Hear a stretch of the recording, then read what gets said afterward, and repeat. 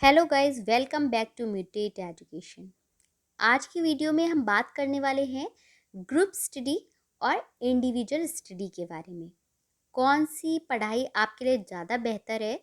आप ग्रुप में पढ़ाई करते हैं या फिर आप अकेले पढ़ाई करते हैं? दोनों चीज़ों में कौन सी चीज़ आपके लिए ज़्यादा बेहतर है? तो इस बारे में हम बात करेंगे। तो अगर आप मेरे चैनल पर नए हैं तो सब्सक्राइब कर लीजिए और वीडियो पसंद आए तो लाइक ज़रूर करके जाइएगा। आज की वीडियो में हम बात करने वाले हैं ग्रुप स्टडी और सेल्फ स्टडी यानी इंडिविजुअल स्टडी। तो पहले तो जान लेते हैं कि भाई इंडिविजुअल स्टडी और ग्रुप स्टडी क्या है। इंडिविजुअल स्टडी में कोई भी स्टूडेंट जब अकेले शांत कमरे में बैठ के पढ़ाई करता है तो उसको हम कहते हैं इंडिविजुअल स्टडी। और ग्रुप स्टडी में जब कई सारे फ्रेंड्स आपस में मिलकर स्टडी करते हैं तो उसको हम ग्रुप स्टडी कहते हैं।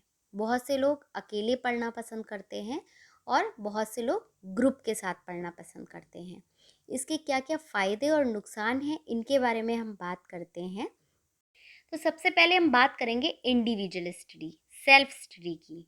अगर आप अकेले पढ़ाई करते हैं तो आपको क्या फ़ायदे हैं और क्या नुकसान हैं। तो किसी किसी की आदत होती है स्टूडेंट की कि तेज़ी से बोल के पढ़ना। बहुत से लोग ऐसे हैं कि तेज़ी से बोल बोल के पढ़ते हैं तभी उनको याद होता है।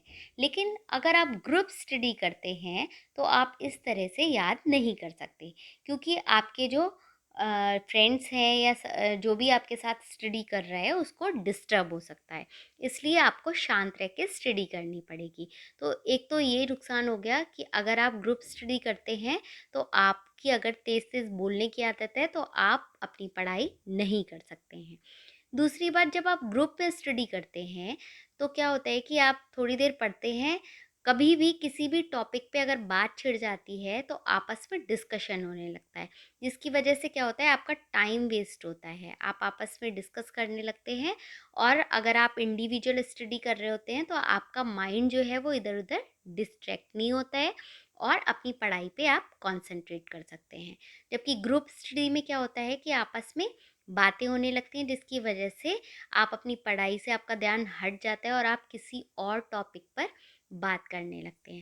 हर व्यक्ति की पढ़ने की अपनी अलग अलग आदत होती है। कोई कोई ऐसा होता है जिसको स्लो म्यूज़िक चला के पढ़ने की आदत होती है, उसको अच्छा लगता है, उसको वो तभी चीज़ें याद होने लगती हैं।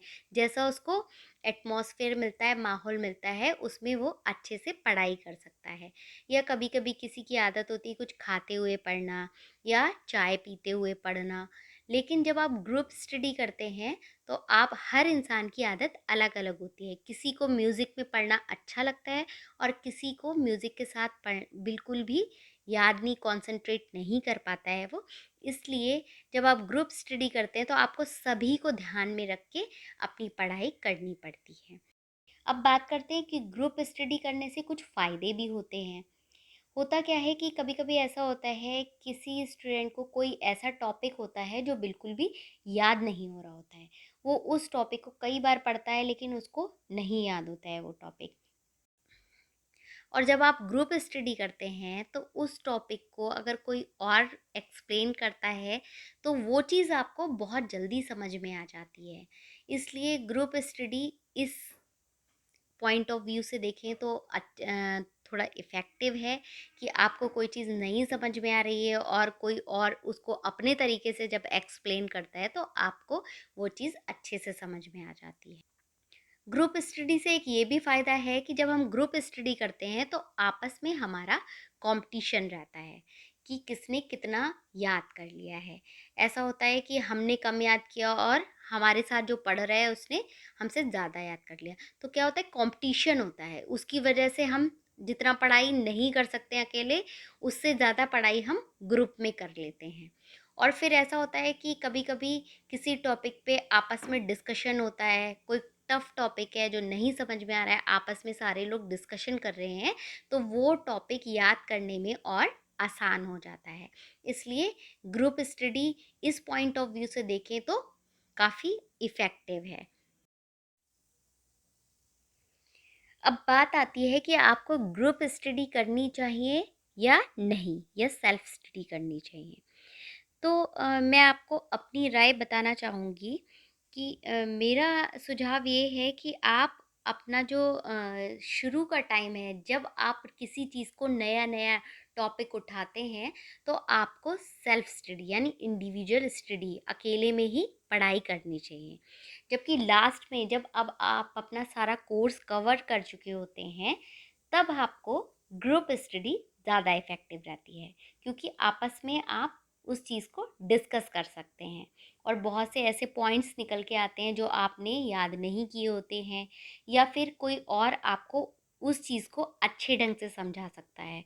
तो शुरू के दिनों में जब आप स्टार्टिंग करते हैं पढ़ाई, तब आपको सेल्फ स्टडी करनी चाहिए, और बाद में जब आपका सारा कोर्स कवर हो जाता है, तब आपको ग्रुप स्टडी करनी चाहिए। जब आप किसी नए-नए सब्जेक्ट पे पढ़ाई कर रहे होते हैं, नया-नया चैप्टर आपने शुरू किया होता है, तब आपको एकांत में पढ़ना ठीक रहता है, और जब आप किसी चीज़ का रिवीजन कर रहे होते हैं, तो ग्रुप स्टडी इसलिए बेटर है कि आपका टाइम भी बचता है। आप उस चीज़ को आपस में डिस्कस करके बहुत जल्दी से सुलझा लेते हैं किसी भी प्रॉब्लम को। और अगर आप सेल्फ स्टडी करते हैं, दोबारा से रिवीजन करते हैं, तो आपका टाइम ज़्यादा जाता है। इसलिए शुरू में जब पढ़ाई करें तो इंडिविजुअल स्टडी करें, और बाद में आप, जब आपका सारा कोर्स कंप्लीट हो जाता है, उसके बाद में आप ग्रुप डिस्कशन कर सकते हैं।